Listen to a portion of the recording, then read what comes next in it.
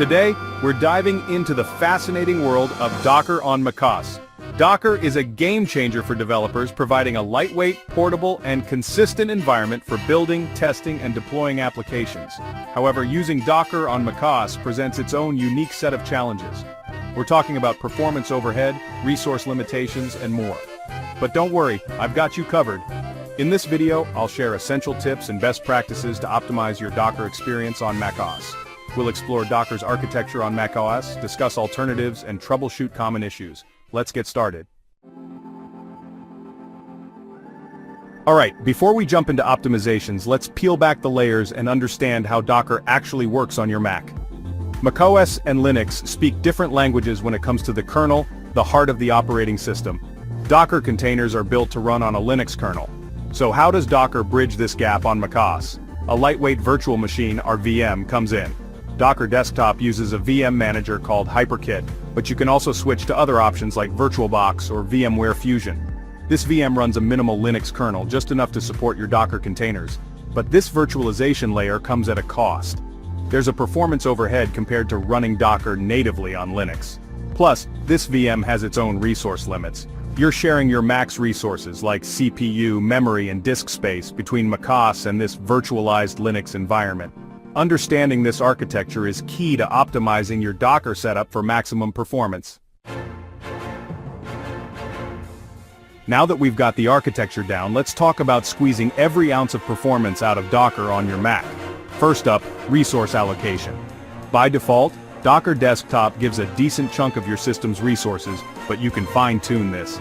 Head over to Docker Desktop's preferences, and you'll find settings for CPUs, memory, and swap space. The key is to find a balance, giving Docker enough resources to run smoothly without starving your Mac. Next up, let's talk about volume mounting. This is how you share files between your Mac and your Docker containers. By default, Docker uses a file synchronization mechanism that can be slow on macOS. But don't worry, there's a fix. We can use a tool called Mutagen. It's a third-party file synchronization engine that's optimized for speed and efficiency. Trust me, making this switch can significantly speed up your build times and overall Docker performance. And hey, let's not forget about image size. Docker images are like blueprints for your containers. The smaller the image, the faster it is to download, build, and run your containers. Alpine Linux is a great option, known for its small size and minimal footprint. Alright, now let's talk networking. Docker creates its own internal network for your containers to communicate with each other. But sometimes you need your containers to talk to the outside world, or even to services running locally on your Mac.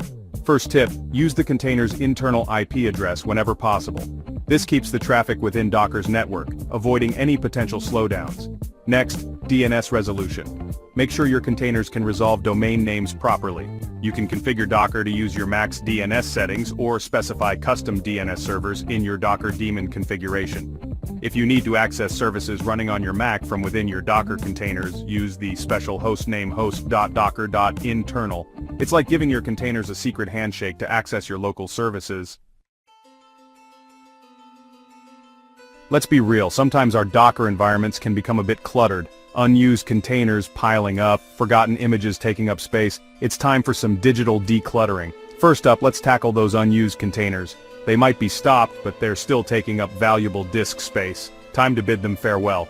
Open up your terminal and run the command. This will remove all stopped containers, freeing up resources. Next, let's tackle those bulky images.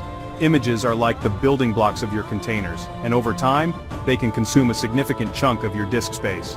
Run to remove all unused images. This will wipe out any images that are not associated with a running container. Docker also creates volumes, which are like persistent storage units for your containers. To clean these up, use the command. Remember, a clean Docker environment is a happy Docker environment. Alright, so we've spent a good amount of time optimizing Docker Desktop, but it's not the only game in town. Sometimes you want more control, a different approach, or maybe you're just curious about what else is out there. One such alternative is Kolima. It's a command line tool that leverages virtual machine technology to provide a lightweight and fast Docker runtime environment. Kolima is known for its simplicity and ease of use. Now, if you're looking for a more guide-driven experience, Rancher Desktop is another solid option.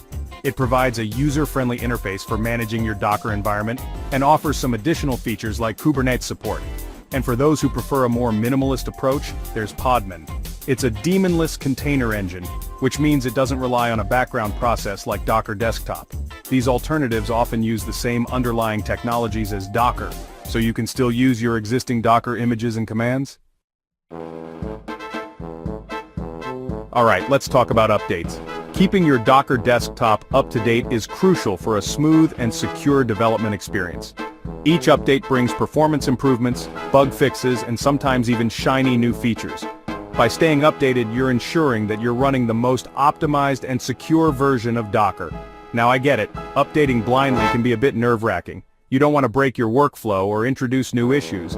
That's why it's always a good idea to check the release notes before hitting that update button. Docker usually provides detailed information about what's changed. If you're working on a critical project, consider having a separate development environment where you can test out updates before applying them to your main Docker setup. Staying updated is not just about getting the latest features. It's about ensuring the stability, security, and performance of your Docker environment. Even with the best setup, things can go wrong in Docker. But don't worry, I've got your back. We'll tackle common Docker issues on your Mac and resolve them like a pro. First, high CPU usage. Too many containers or a resource-intensive loop can cause this. Check Activity Monitor for Docker processes. Stop the container or restart Docker Desktop. Next, slow file syncing. Large projects can cause this. Use mutagen or exclude unnecessary folders. Finally, container networking issues. Ensure containers are on the same network and check firewall settings. Alright, so you've mastered the basics of Docker on macOS, you're optimizing like a pro, troubleshooting like a detective, but you're ready for more. You want to unlock the true potential of Docker and take your development workflow to the next level. First up, let's talk about dev environments. This is a game changer for collaborative projects or for when you're switching between different projects with varying dependencies. Dev environments allow you to define your entire development environment as code, including your Docker configuration, dependencies, and even your editor settings. Next, let's dive into the world of Docker Compose. This powerful tool allows you to define and manage multi-container Docker applications. Instead of starting and stopping individual containers manually, you can use a YML file to define your entire application stack and manage it with a single command. And for those of you who are ready to venture into the realm of container orchestration, Docker Desktop has got you covered there too. It comes with built-in support for Kubernetes, the industry-leading container orchestration platform. These advanced features might seem daunting at first, but trust me, they're worth exploring. So there you have it, guys. Running Docker on macOS presents unique challenges, but with proper configuration and optimization, it can be a powerful tool for developers. By fine-tuning resource allocation, improving file syncing, and keeping your environment clean, you can significantly enhance Docker's performance on Mac. And hey, don't be afraid to explore those alternative options. You might find one that fits your workflow even better.